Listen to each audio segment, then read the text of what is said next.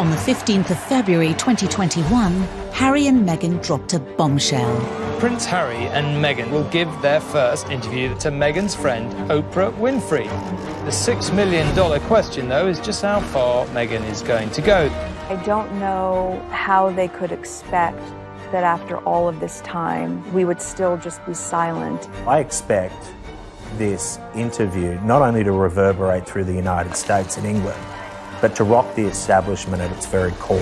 With the Queen also set to address the nation, are both sides now engaged in a war of words? If they keep popping up and making public pronouncements, of course they're going to be in the media glare.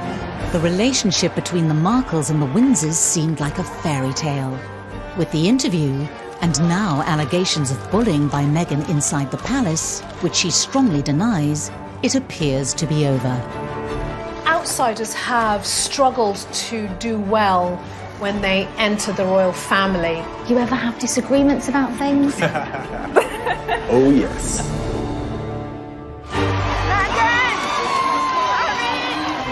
Tonight, the inside story of when Hollywood glamour and ambition took on the establishment. Meghan wanted to have a celebrity boyfriend, and she definitely got that with Prince Harry. Forget the red carpets in Hollywood.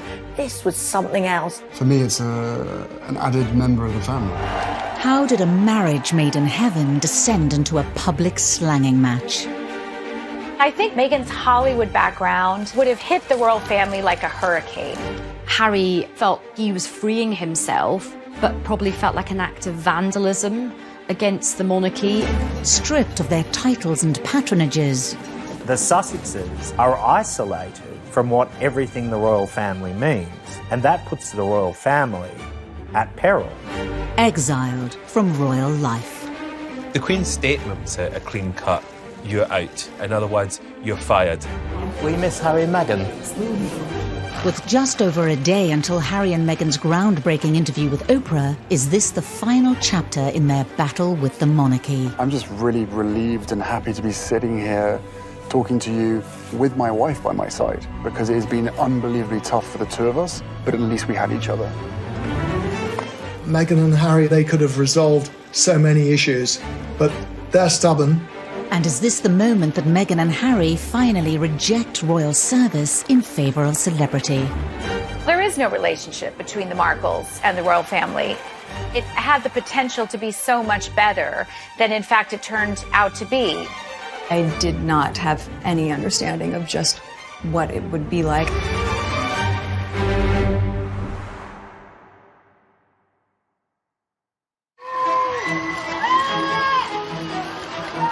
Harry and Meghan are one of the most talked about couples on the planet. They've settled into their new lives away from the royal family, having swapped the regal backdrop of Windsor for the luxurious Hollywood Hills, in a move that echoes Edward VIII's infamous abdication.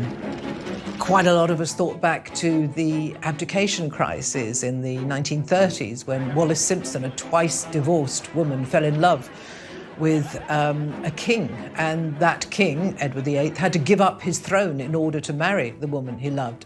Harry and Meghan had to divorce themselves from the royal family, just as Wallis and Edward had to divorce themselves from the monarchy in order to continue their relationship. Now, with the tell-all Oprah Winfrey interview, are Harry and Meghan distancing themselves from, and even setting themselves against, the Windsors? It strikes me that they feel that they can continue to control media coverage of them, control the way their image is portrayed. Yeah, we'd all like to do that.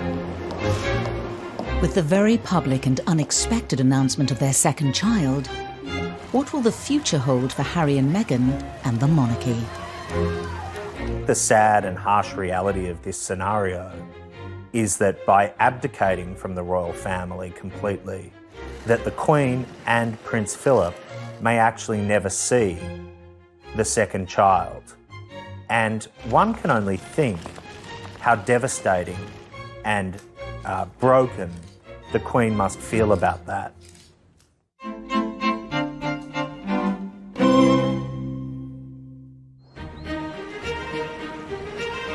In December 2017, Meghan Markle made history as she became the first royal fiancée to spend Christmas with the Queen. Talk about a baptism of fire. Here was a rare exception being made. Kate Middleton was not invited as William's girlfriend to spend Christmas at Sandringham with the royals, but here was Meghan doing just that. The Queen is very strict when it comes to family, and so to be invited was quite a significant thing. I'm sure Meghan Markle was absolutely terrified. Although she had only met Harry the year before, Meghan was being fast-tracked into royal life. This extraordinary special treatment could have possibly annoyed other members of the family. Perhaps Andrew and Sarah, because Sarah Ferguson had famously been not invited to spend Christmas there when her daughters and ex-husband were there. Maybe a few people might have felt that their noses were put out of joint because they've had to work so hard with the protocol and the rules and the regulations. And here enters Meghan and is straight into Sandringham. I think it would have been a very diplomatic line that she would have had to walk. Despite the huge pressures of a first Christmas with the in-laws, being face-to-face with senior royals was a perfect opportunity to charm the firm. I'm sure it must have been pretty daunting, actually, for Meghan to rock up at Sandringham for Christmas with the Queen. What do you give the Queen? You know, what do you give your prospective father-in-law, you know, Charles? I mean, it must have been frightfully difficult. The royal family had this tradition of not giving each other expensive gifts. In fact, the cheaper the gift, the better it is.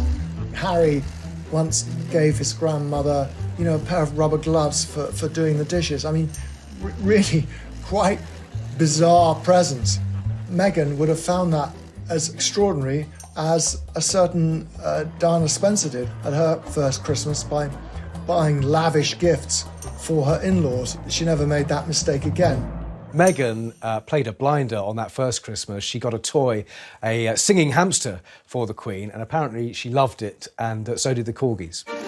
Despite winning over the Queen, Meghan's first royal Christmas wasn't completely free from controversy. After the festivities, a remark from Prince Harry on live radio was said to cause tensions between Meghan and her own family. I think we've got one of the biggest families that I know of, and every family is complex as well. So, no, look, she's done an absolutely amazing job, just getting in there, and it's the family that I suppose she's never had.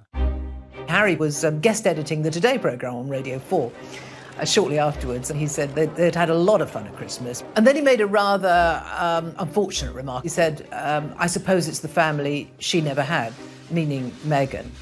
Well, that went down like a lead balloon with the Markle family, obviously, and it's a remark they've never forgotten. The family Meghan was joining was a far cry from the world in which she grew up.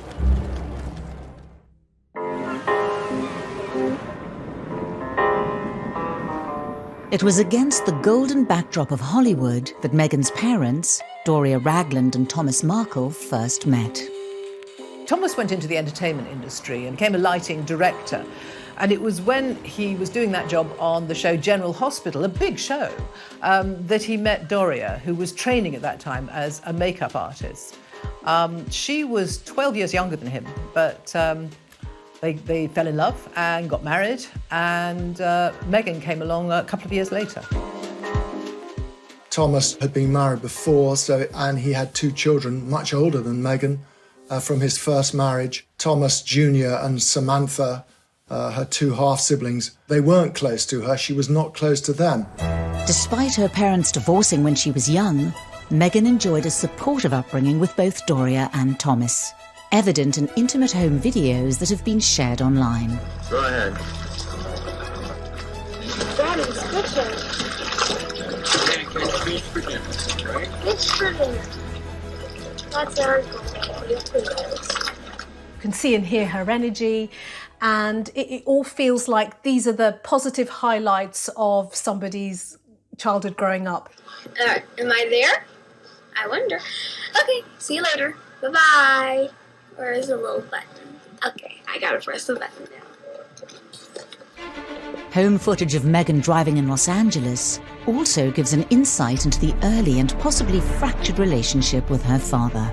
We're about 4 minutes from my dad's house. From my dad's house, you can see the Hollywood sign. But we aren't going to go there because my dad and I aren't on the best of terms. She says, we're not going there because my dad and I aren't getting along at the moment. This also gives a hint at a real relationship, and it might show the reality of some of their relationship, that perhaps it wasn't always great. Despite potential frictions, Thomas continued to be a strong presence in Meghan's life as she immersed herself in Hollywood. She hung around the studios where her father was the lighting director. It must have been really exciting, and she certainly got the bug. Her first big break came with Suits, when she got the plum role of Rachel that everybody fell in love with. Rachel's character was very sexy, she was savvy, she was ambitious. It's actually not dissimilar to Meghan Markle herself. Whilst Meghan was being thrust into the limelight, Prince Harry, a young officer in the British Army, was trying to escape it. And what do you think the public perception of Harry is? I don't know, it fluctuates. It depends on what the media want to write, I suppose. But they're two very different things, what the public think and what the media think. The British public have always had a huge amount of affection for Prince Harry, but certainly the press have had quite a love-hate relationship with him. He was seen as a bit directionless. He was seen as a bit of a party boy. He liked having a good time. Despite being labelled a party prince, as he entered his 30s, Harry proved that he still had an important role to play within his family.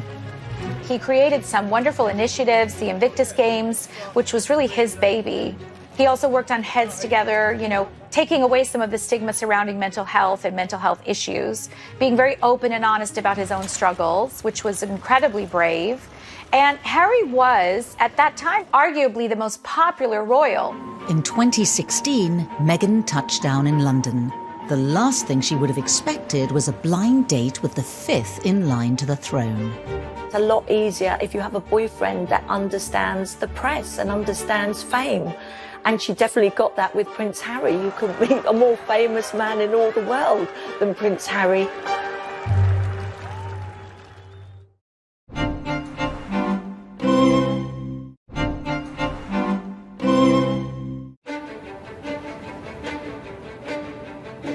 Buckingham Palace proudly announce the engagement of Prince Harry and Meghan Markle. God save the Queen! At the end of November 2017, news of Harry and Meghan's engagement emerged from the palace. Congratulations from all of us. How are you both feeling? Yeah, thrilled. Very down to one rating as well. There was immediate analysis and commentary about the fact that the royal family was going to welcome in a woman of mixed heritage, an American woman, and a woman who was divorced. Two completely different families were to be joined together. But behind the scenes, tensions had already emerged. In my opinion, the engagement interview was when things really started to sour. You met each other's families, I imagine. Yes, his family's been so welcoming. And Meghan, your parents, do you think, well, very happy for you, obviously. Do you think they have worried at all about the scale of what you're getting into?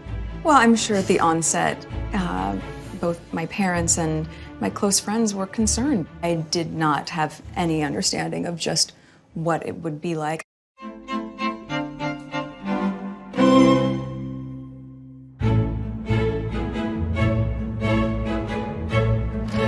The year before their engagement announcement, Meghan had landed in the UK to promote her latest season of Suits.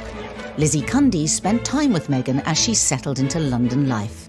Meghan and Harry were set up on a blind date by a mutual friend. They immediately clicked. Harry actually said it was like love at first sight. She was so open and he thought she was so sweet. And they just got on like a house on fire. Oh, yay! Thank you for watching. Hi there. Hi, Meghan. Hi, Gerard. Very few people knew the couple were dating, but Meghan let her mother Doria in on the secret. Any young man wants to make a very good impression, and I don't think Harry was any different. So when they met in LA in a rather luxurious mansion, he was a bag of nerves, apparently. She rather less so. She said that the meeting was a little bit surreal, actually. I suppose it would be. Hey, Mum, here's a prince. But it went very well, and Harry has become extremely fond of Doria. She's been a close part of their lives pretty much ever since. But Harry and Meghan didn't meet with her father, Thomas. This is one of the great what-ifs of the whole saga. Why didn't Harry go to Mexico to meet him? Why didn't Meghan take him? Why didn't Harry insist before it all blew up? I mean, the whole thing was so avoidable, and I think Harry does have to take some responsibility for that. Thomas was simply not part of these early meetings. She seemed, as she got closer and closer to Harry and a royal life, to be less and less inclined to rekindle her relationship with the Markle side of her family. For a few months, Harry and Meghan were able to keep their relationship from the outside world. But eventually, their secret got out. There weren't many that knew, only a very few friends. Then suddenly it got leaked to the press that Harry had a new girlfriend. If you haven't read any of that coverage, she's Meghan Markle, a 35-year-old film and TV actress from California. The world's press knew about it, and Harry knew more than anyone things were going to change. Whilst Harry was used to intense media pressure, nothing could prepare Meghan and her family for the attention that followed. After the relationship became public, there was a huge amount of interest in Meghan. Some of it was extremely negative. There were things like that I think put a really bad taste in Harry and Meghan's mouth in terms of the underlying and even blatant racism. With the glare of the world's media now upon both the Markles and the monarchy, questions were quickly asked as to how the relationship had reached the press. When in a relationship or dating with a member of the royal family from the palace, it's not an easy thing to keep secret. Prince Harry's got his close protection and they're very discreet, but at the same time there's other people who quite enjoy, can I say, a gossip.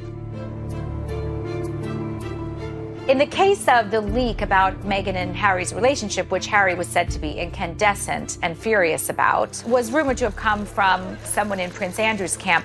I have no idea if that's the case, but what I can say is that there are so many leaks in the family. There were rumors about Harry's new girl, and he was madly in love, and those got out, and I don't think Harry was quite prepared for all of that when it happened.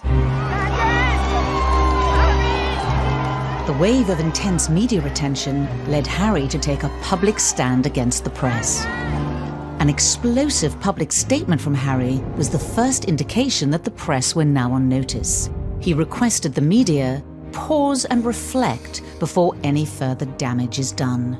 The one thing the royals are meant to do is make sure that everyone is on the same page. And the fact is that the Prince of Wales was abroad on an official tour. Charles himself was only given a matter of moments to scan his son's statement.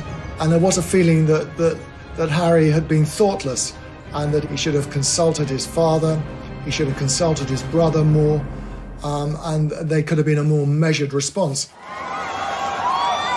With Harry and Meghan's relationship now public, the media interest was out of their control. But Meghan would need to put all that to one side as she focused on important meetings behind palace walls.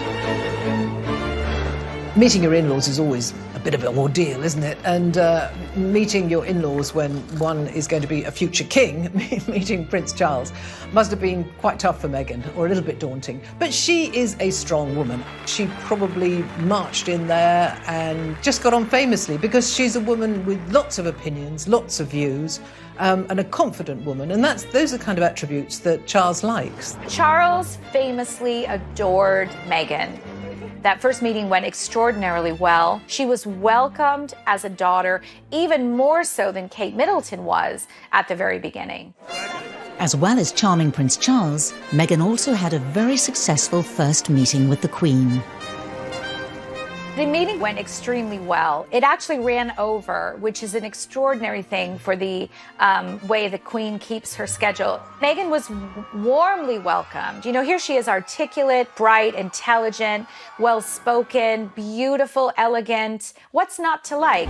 Despite charming Harry's family, did Meghan soon start to resent aspects of royal protocol? The Markle way, it seemed, was not the Windsor way.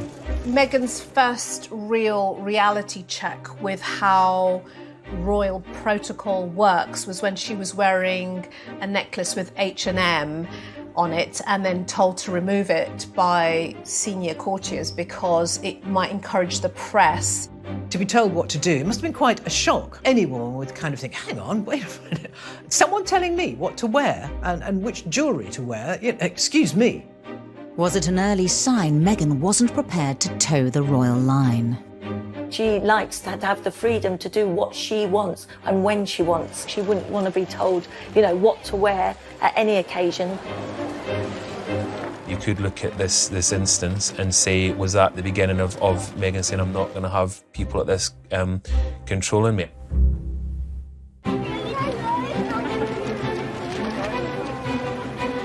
Despite a whirlwind introduction to royal life, Meghan stood firm. And as the final preparations for the royal wedding were put in place, Meghan's mother Doria was introduced to the establishment's key players. She was given VIP treatment. I suppose perhaps it was her first taste of being associated with royalty, being whisked through security at Heathrow Airport. She was taken first to Clarence House to meet Charles and Camilla, and I think that went very well indeed. Meeting all the royals, Kate, William, Charles, must have felt like royal speed dating. I've got to get to know everybody, I've got to form these connections really quickly. Even the rather wonderfully confident Doria found, fairly awesome, actually, meeting the Queen. Harry, again, had prepared his mother-in-law-to-be by saying, she's my gran, try and think of her that way. Though I don't think many people think about the Queen that way. While Doria was winning over the Windsors, another member of the Markle family was conspicuous in their absence. It had been planned that Thomas Markle would have flown over and that he was going to walk Meghan down the aisle as father of the bride. However, it came to light that Thomas Markle had worked with a paparazzi photographer to stage photographs of him ahead of the wedding. He was living in Mexico, surrounded by paparazzi. He tried to set up this deal with a photographer in the belief that they would then go away. Well, I'm afraid that just shows his naivety. He found himself profoundly embarrassed. He thought he'd embarrassed the royal family, that he'd let down his beloved daughter, who he used to call Princess.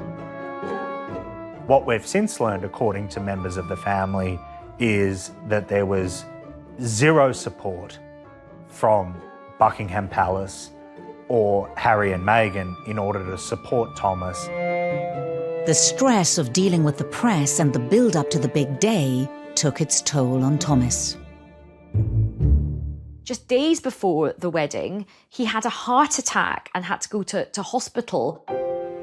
He had to have stents put in. By the time he emerged, he declared that he was not able to fly because of these procedures, and he pulled out of the wedding. And this was a huge drama on the eve of a wedding.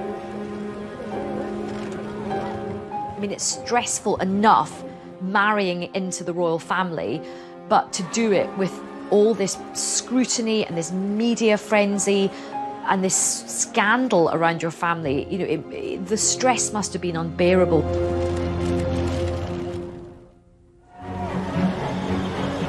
Despite the frenzied build-up, Harry and Meghan's big day was finally upon them. But with her father unable to give her away, Meghan was left with a huge dilemma. In finding a solution, she broke with tradition, leaning on Harry's father, Prince Charles. I thought it was the perfect embodiment, actually, of the modern woman, that she started out on her own, walked halfway down on her own, and then Charles joined her. It looked right. It sort of gave us an idea of what Meghan was going to be like, a sort of declaration of independence, if you like, on her part. I don't need anyone to give me away. I'm a free person. Was Meghan's independence also evident from the wedding's exclusive A-list guests? We saw Idris Elba and George Clooney and Oprah, you know, walking in. There was this kind of like, whoa, whoa, whoa. I didn't know Meghan knew all these people. It was a star-spotting day, and she looked great. The bride looked fantastic. It was a wonderful day. I think everyone just thoroughly enjoyed it, and you just felt a sense of true welcome of this young bride into the royal fold. To the eyes of the world, Harry and Meghan's wedding had the flavour of a fairy tale. Meghan wanted it to be right. She wanted it to be perfect, but she wanted it to be done her way, not the royal way, or how the other royals had done it. Forget the red carpets in Hollywood. This was something else. But even as the signatures on the wedding licence were still drying, the Markles' wider family were beginning to make themselves heard. Everything seemed so, I don't know, magical, hunky-dory after the wedding. Then it all got a bit soured, a bit tarnished by Meghan's family piping up again and again. The honeymoon for the Markles and the monarchy would soon come to an abrupt end. She was an adult, she had her own ideas, and she was going to do it her way. In the past, when royals marry royals, the organisations, the firms all work together to make sure there's no issues, where you can't have that control when you're marrying it into, can I say, normal families.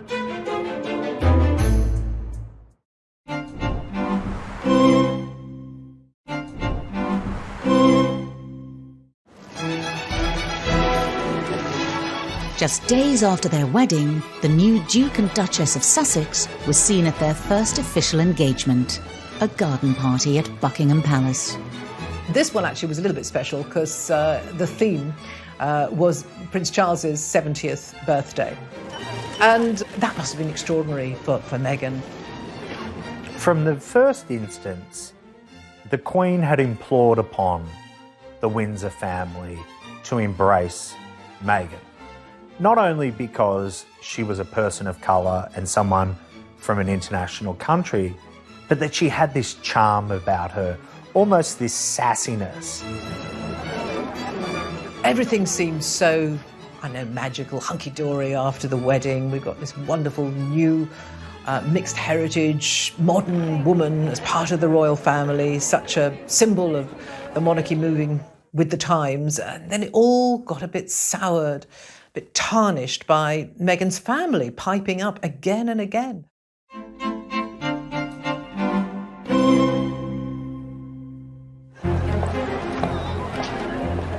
It's so good to have a role model or someone you look up to, but oftentimes when it's someone who looks like you or comes from where you come from, it's easier to connect and see it in a different way. Meghan was used to cameras and publicity, but really nothing can prepare someone for entering the most famous family in the world. And I think even she admits she was taken aback by it.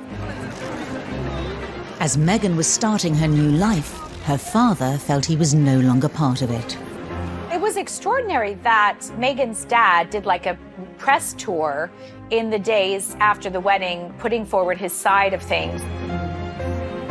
It can't have been very easy for Meghan to watch her dad on television, publicly disputing her side of the story or her version of events. Well, I'm very disappointed by it. Millions watched as he gave an interview to Good Morning Britain, saying he hadn't heard from his daughter since before the wedding. I'm not sure why it's happening, and I'm waiting. I'm reaching out. I've been trying to reach out for several weeks. Every day I try to text her. It demonstrated that here was a man who was going to, shoot from the lip, if you like, and he wasn't afraid to say what he wanted. I love you very much. You're my daughter, and I'd really like to hear from you. Whatever differences or problems we have, that we should be able to work them out. We're family.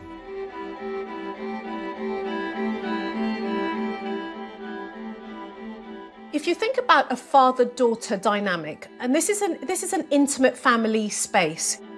So there are now three of them. It's Meghan, it's Thomas, and it's the media. I do have sympathy for Thomas Markle. This was a guy who had never been a celebrity, had never courted fame and being a celebrity, who was thrust into a national spotlight with zero support. In the past, when royals marry royals, the organisations, the firms all work together to make sure there's no issues, where they can't have that control when you're marrying it into, can I say, normal families. Seemingly left to cope on his own, Thomas continued to speak out in the press. Meghan took full control herself because it was her dad, and the palace didn't feel that they could step in and insist on how she handled things with her father. She was an adult, she had her own ideas, and she was going to do it her way. If that's the case, it was a gross miscalculation and a huge mistake. Where was any help from Harry or anybody in the royal household to give him some guidance? Was he even offered it? Did he turn it down? We don't know. As her deteriorating relationship with her father continued to play out in the press, Meghan became centre stage in the royal family.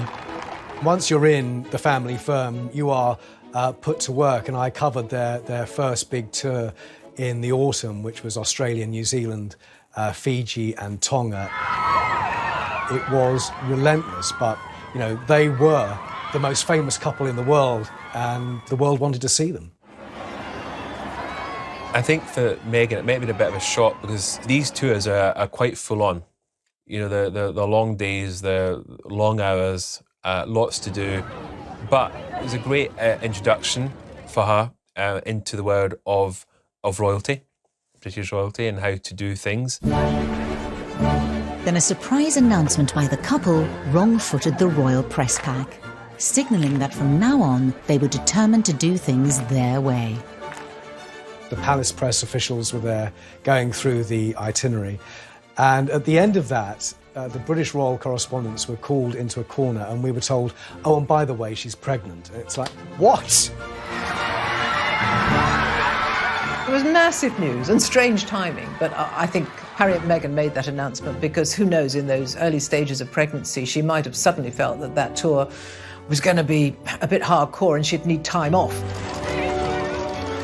As Meghan and Harry prepared to start a family of their own, wider members of the Markle family began selling stories to the tabloid press. Meghan's half-siblings, Thomas Jr. and Samantha, just seemed incapable of keeping quiet at this point. They, every other week it seemed, they came out with some more very cruel criticism of their half-sister.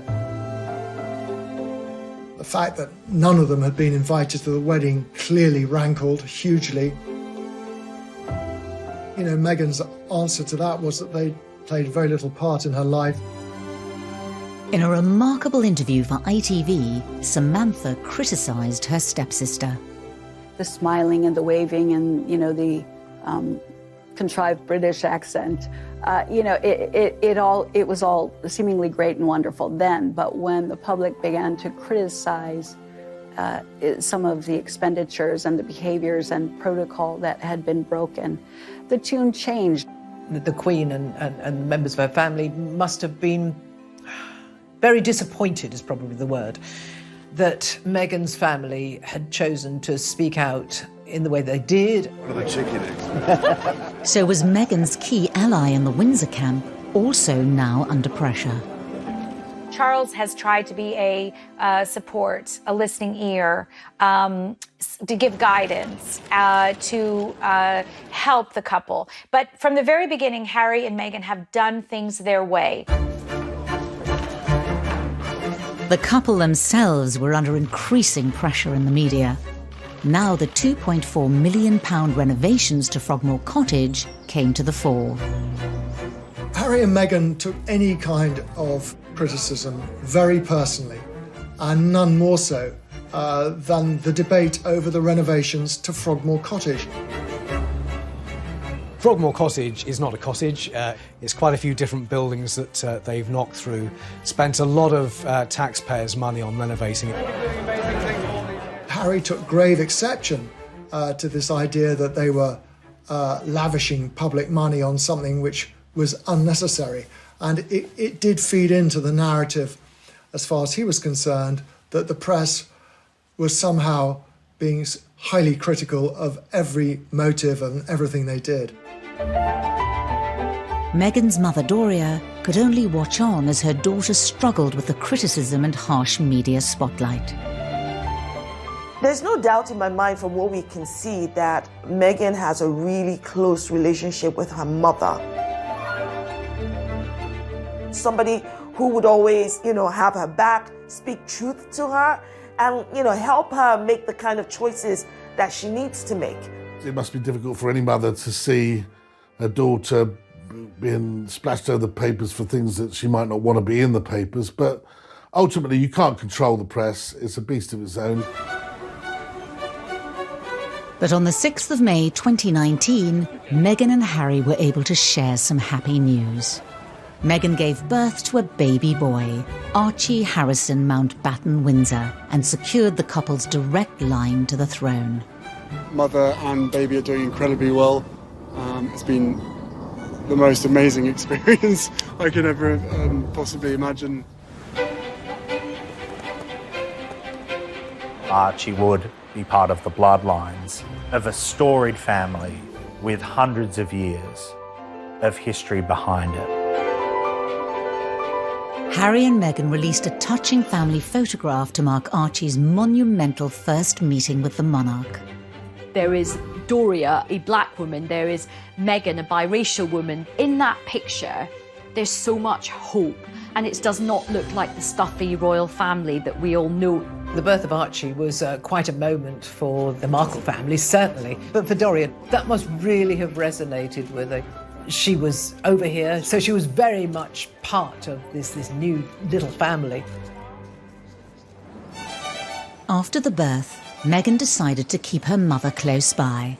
Doria stayed on with Meghan and Harry at Frogmore Cottage, and the royals began to visit the new arrival. William and Kate went on their own without their children to visit the baby. People saw that as a snub. I don't think that was fair enough. They didn't want 3 children running around the place. He would have turned up, given his brother a hug, and they would have congratulated them. Charles took 10 days before he visited Archie. Camilla could have been in tow. He perhaps thought he was being respectful. But when her mother returned to Los Angeles, did Meghan feel alone?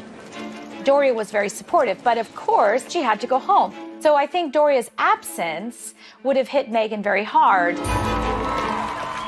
In public, the Sussexes appeared to be content with royal life, but behind the scenes, cracks were beginning to appear.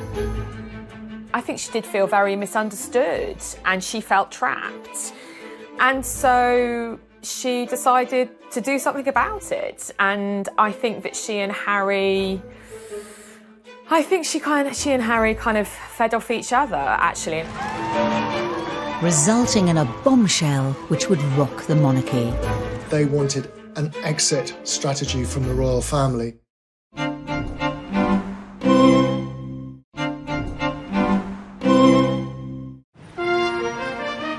With the birth of Archie in May 2019, Meghan and Harry seem to have cemented their place at the very heart of the royal family. Despite ongoing battles between Meghan, her family and the press, for now, their popularity with the public remained undimmed.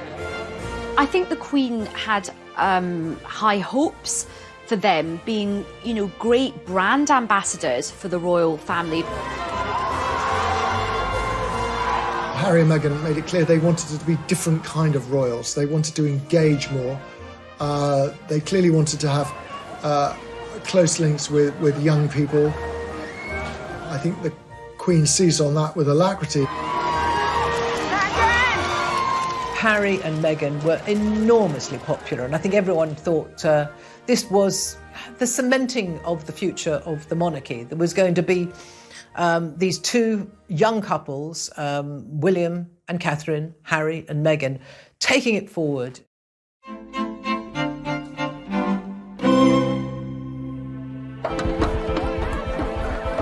In September 2019, the new family embarked on a tour of Southern Africa. On the surface, they seemed happier than ever. You have given us so much inspiration, so much hope, and above all, you have given us joy. Thank you. But in reality, they felt under pressure. In a revealing interview for an ITV documentary, Meghan dropped a bombshell. Yeah, well, I guess, and also thank you for asking, because not many people have asked if I'm okay, but it's a very real thing to be going through behind the scenes.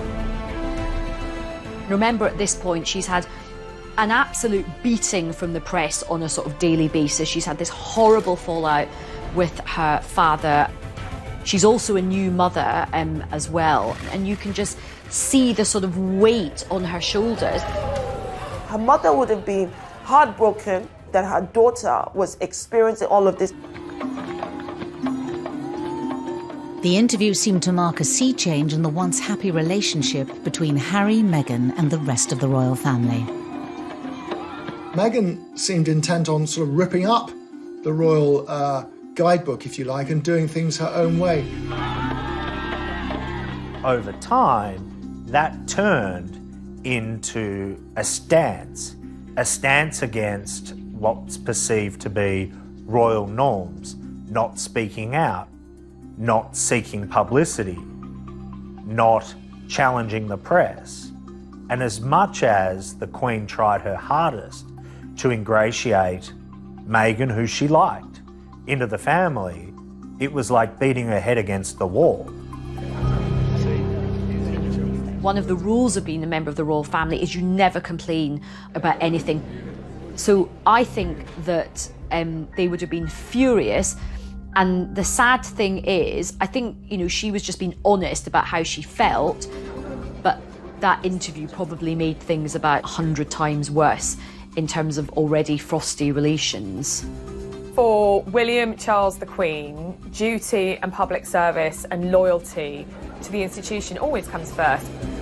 Being selfless is the creed by which the Queen, Charles and William live by. Harry then opened up on the relationship with his brother William. He revealed his true feelings to journalist Tom Bradby.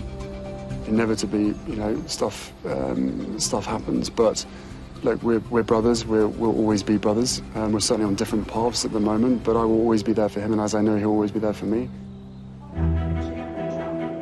Harry's revelation further fueled the rumours there had been a breakdown in relations between the two couples. Was it now Harry and Meghan versus the monarchy? I think it stemmed from William giving what he believed to be good, brotherly advice to Harry. Make sure about your feelings about this girl. And from what we gather, it was those words, this girl particularly, that riled Harry. We, the media, went a bit to town on that fab but that wasn't to be. It's really sad because when I was working for them, Prince William and Prince Harry, they were close. For the Queen and Prince Charles, this fallout would have been disappointing. Harry and Meghan were now fighting battles on multiple fronts.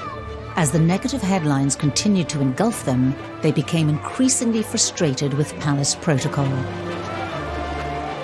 I think someone like Meghan, who's always been very outspoken, would have struggled very much with not being able to comment and put out her version of events. This is not what happens in Hollywood. Meghan couldn't do that as a member of the royal family, and that would have been maddening for her. Hello.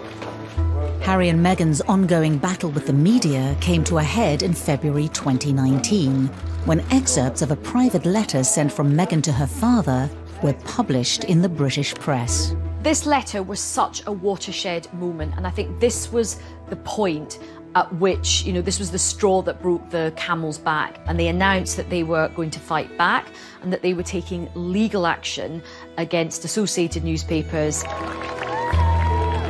Meghan believes that her privacy has been invaded, that she has the copyright over those letters, and Thomas Markle believes the opposite. And remember, he hasn't even met Prince Harry at this point, so there was a possibility that had this gone to court, the first time he would have met his son-in-law would have been in a courtroom. The whole thing was an absolute nightmare. It was very, very high stakes. A recent ruling in the case went in Meghan's favour, but there's still a possibility they could end up in court. There is one residual issue over copyright, And I think that certainly the Mail on Sunday and associated newspapers will be pushing hard to try and get that to court. In the wake of their legal action against a section of the British press, Harry and Meghan announced they were taking a 6-week break from royal duties and heading to Canada to spend Christmas with Doria. What you do sometimes psychologically for yourself is you remove yourself from a situation that you find difficult and painful and put yourself in a space that you feel might be more nurturing and safe and secure. Christmas is a very, very important part in the Queen's calendar. She likes to draw her family around her. She and Prince Philip were getting older. They knew that there wouldn't be too many more Christmases, and they must have been disappointed. Christmas at Sandringham is quite a formal affair. So it must have been great for Harry and Meghan to have the informality of a Christmas in Canada. Doria could not be further away from the stuffiness of the senior members of the royal family. Although the festivities may have been relaxed, were decisions about the growing divide between Harry, Meghan and the monarchy being considered in Canada. I suspect that Meghan uses her mother a great deal as a source of wisdom and advice. I'd be astonished if during that time both she and Harry, no doubt, hadn't spoken about the fact that they actually wanted to step back as senior royals. They wanted an exit strategy from the royal family. Doria and Meghan are extremely close. She missed her mum and she wanted Doria to be very much part of the family unit. When Harry and Meghan returned to Britain in January 2020, they made a shock announcement. In a statement released in the last few minutes, they say they intend to step back as senior members of the royal family and work to become financially independent. The royal firm had been here before. It was an electric moment in royal history. Diana had essentially left the royal family, and before her, Fergie. Edward VIII left the royal family. He abdicated. Leaving the royal family is possible, but it's messy. Initially, it was a sort of a geographical split. They would be moving to Canada. They would come to Britain to do engagements when it suited them. The tabloids dubbed their decision as Megxit, and it sent shockwaves through the royal family. I actually spoke to some colleagues from the royal household, and we were all in absolute disbelief that this had actually happened. Harry, I'm sure, he felt, he was freeing himself, but for his father and brother and grandmother, it probably felt like an act of vandalism against the monarchy. They would have been both furious, but equally heartbroken as well. Away from the royal family, Meghan's supportive mother Doria treated the announcement with the utmost discretion. I think Doria has acted in the most regal way in all of this, because the royal way is to don't complain and don't explain. And that's exactly what Doria did.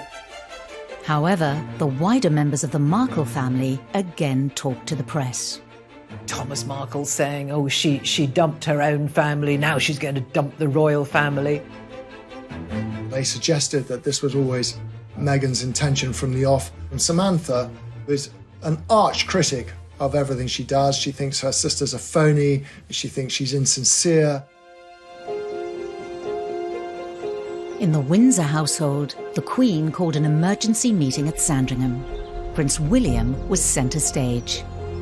It was an extraordinarily awkward family meeting, and there were reports that William was actually less inclined to negotiate. Sure, it must have been quite tricky. It's the first time the two brothers had been together in the same room for quite some time. The Queen, and certainly Prince William's view, was that the royal family doesn't work like that. As an institution, you've got to be around for the whole gig. You can't just pick and choose. The Queen issued a statement that outlined a transition period to allow Harry and Meghan to step back from their roles as senior members of the royal family. The Queen's statement was obviously very much from her heart, but at the same time, it was very clean cut. This is how it is. you're out. It's as simple as that. Preparations for their new life could begin. But what would become of the broken union between Harry, Meghan and the monarchy? Meghan and Harry seem to live by the beach, you know, do yoga. It's a very different life to the Windsors, and I don't think Harry will ever be able to go back to that life. And how would life stateside affect the dynamic between the two families?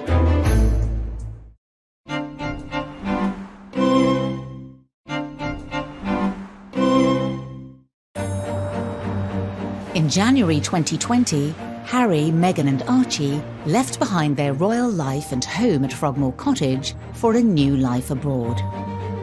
For Prince Harry, it was a big decision because he's leaving his friends, his family. He felt he had to get his family out of Britain. He felt so angry and hurt about the press and about the institution of the monarchy.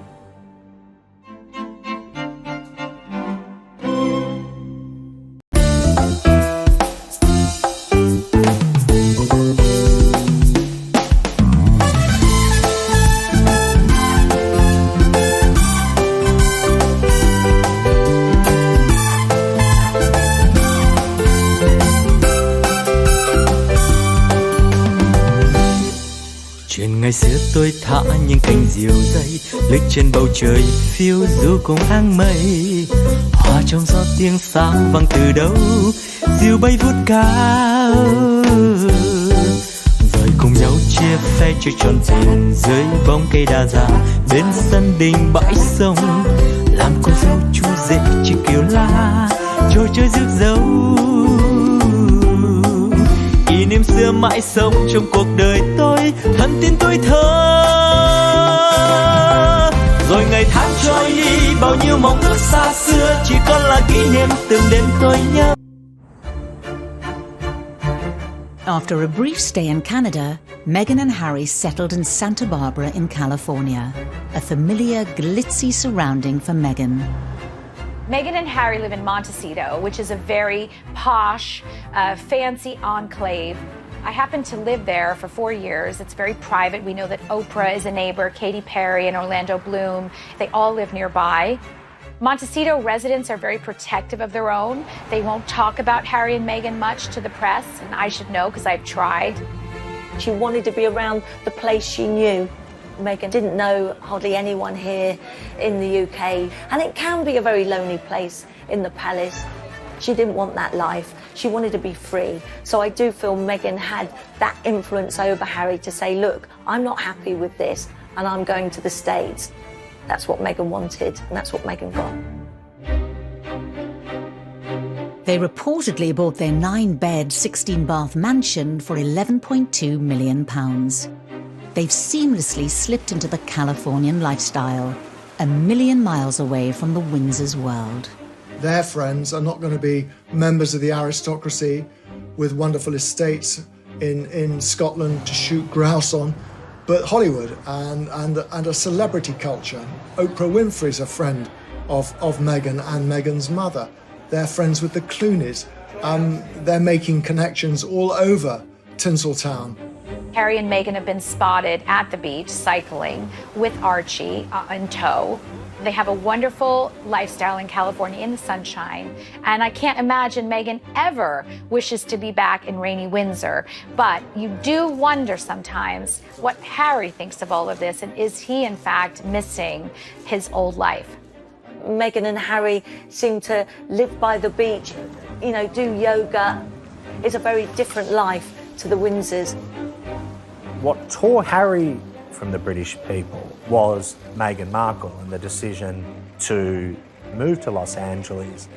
Meghan never lost that desire to be a star, and returning to LA and Hollywood was what she wanted.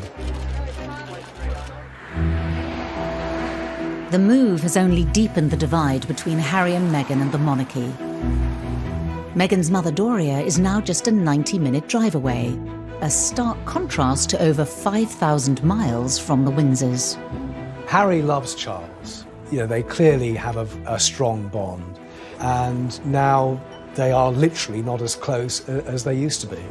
I think they are staying in touch over Skype and Zoom, but it's not the same, is it? I'm sure it pains Charles that he will not have an active role in the upbringing of Archie.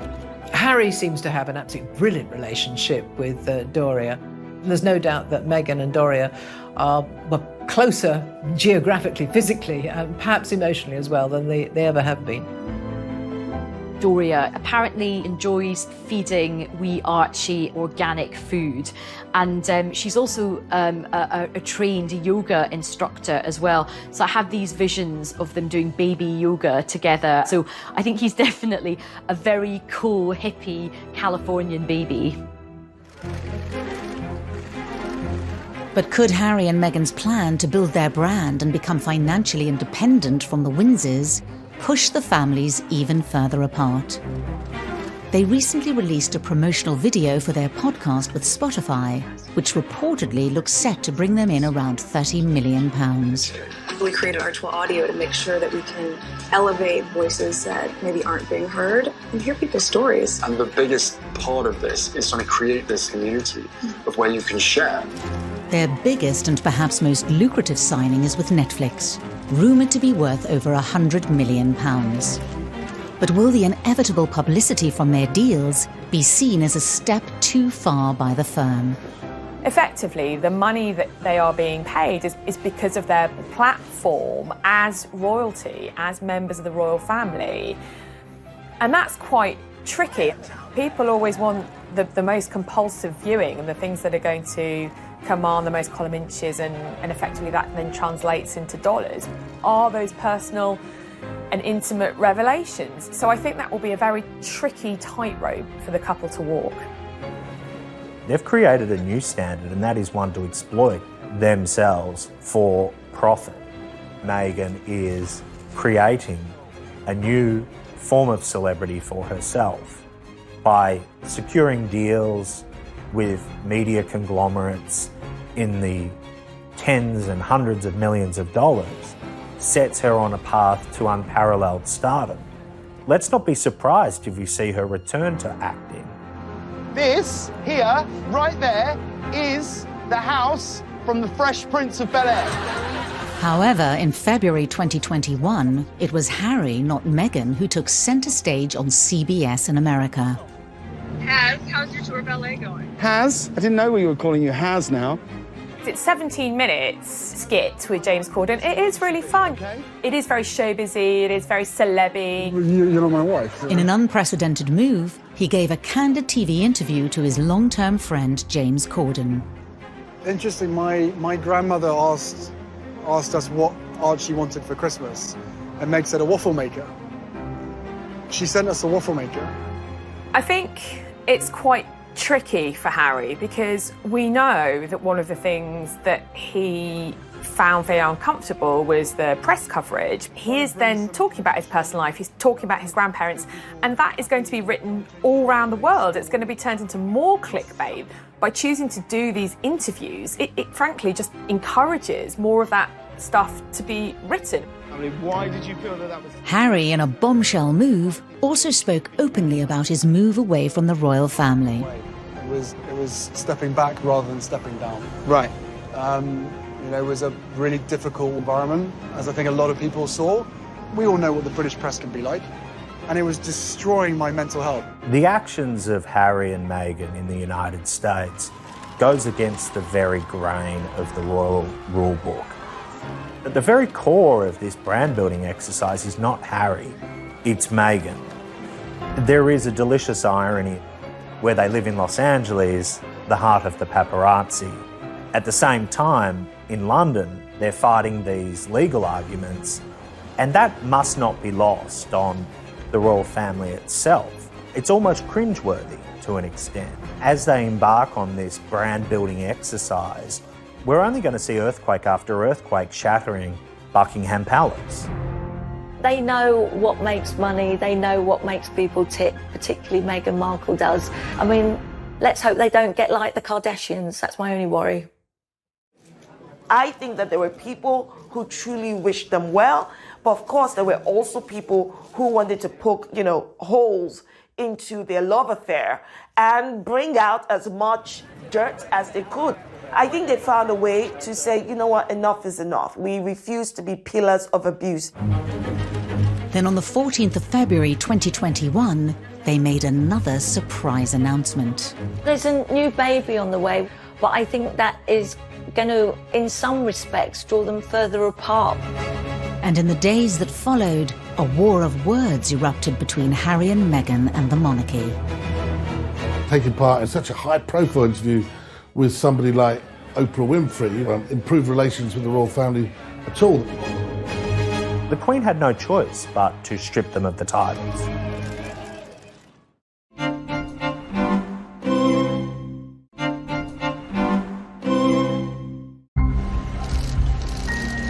On Valentine's Day 2021, Meghan and Harry announced their second pregnancy to the world. It was clear yet again they were doing things their way. There's a new baby on the way, which is amazing news, but I think that is going to, in some respects, draw them further apart. They're going to spend most of their time in the US, and they want to make their life there. The chances of the newborn reaching England in the foreseeable future is next to zero, and one must sympathise with the Queen.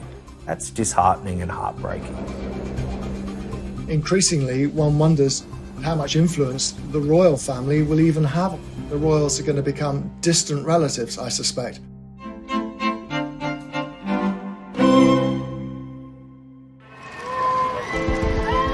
A year on from the bombshell announcement that Harry and Meghan would be moving away from the royal family, they made it clear they would be staying in California.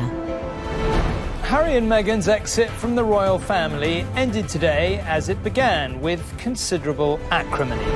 Buckingham Palace confirmed that the couple would be stripped of all their honorary titles and royal patronages, including Harry's military titles and Meghan's role as Vice President of the Queen's Commonwealth Trust. I think Harry wanted it both ways. He wanted to be able to live a life free of responsibility, but still make change. And the reality was, the Sussexes in another country are isolated from what everything the royal family means. And that puts the royal family at peril. So the Queen had no choice but to strip them of the titles. Within minutes of the Buckingham Palace announcement, Harry and Meghan responded, stating that they remained committed to their duty and service. Their quick-fire response was reportedly deemed disrespectful by palace officials. I think Charles and William, and certainly the courtiers of the palace, felt that Meghan and Harry's pushback was disrespectful. It was petulant, it was resentful, and as one said to me, you don't disrespect your granny. Just days earlier, Harry and Meghan had shot an intimate tell-all television interview with their friend and broadcast legend, Oprah Winfrey. Then in the days building up to the broadcast, newspapers claimed that Meghan now faced a serious bullying complaint against her whilst at Kensington Palace. Her spokesperson said that she was saddened by the reports. Relations appeared to have finally hit rock bottom. The $6 million question, though, is just how far Meghan is going to go. The full truth, as she sees it, would be highly explosive, but it would certainly burn all bridges with the institution she has left behind. Whilst the news reportedly came as a surprise to the royal family, excerpts from the groundbreaking interview were later teased in the media. I'm just really relieved and happy to be sitting here talking to you with my wife by my side, because it has been unbelievably tough for the two of us, but at least we have each other. Questions will be asked that will be uncomfortable for the royal family, not for Meghan. She's open, she's honest, and she doesn't care about that impact. The interview's scheduled broadcast date has caused another row. With 99-year-old Prince Philip ill in hospital, the timing has been criticised by the media, including Piers Morgan on Good Morning Britain. And I'm sorry, I think we're entitled to say this is incredibly distasteful, to be doing this kind of confessional in which they're bound to be critical about the royal family and the monarchy at a time when his grandfather is in hospital and clearly quite seriously ill. He wouldn't be in there for 2 weeks. It does smack of hypocrisy taking part in an interview, such a high-profile interview, improved relations with the royal family at all. In the days leading up to the broadcast, new revelations from the interview exposed the increasingly bitter war between Meghan and the monarchy. How do you feel about the palace hearing you speak your truth today? I don't know how they could expect that after all of this time, we would still just be silent if there is an active role that the firm is playing in perpetuating falsehoods about us. It's almost like Prince Harry is driving a wedge with a sledgehammer through his relationship with Prince William. William, as a staunch advocate of everything that the royal family means, is obviously going to be dragged into this. I expect this interview not only to reverberate through the United States and England, but to rock the establishment at its very core.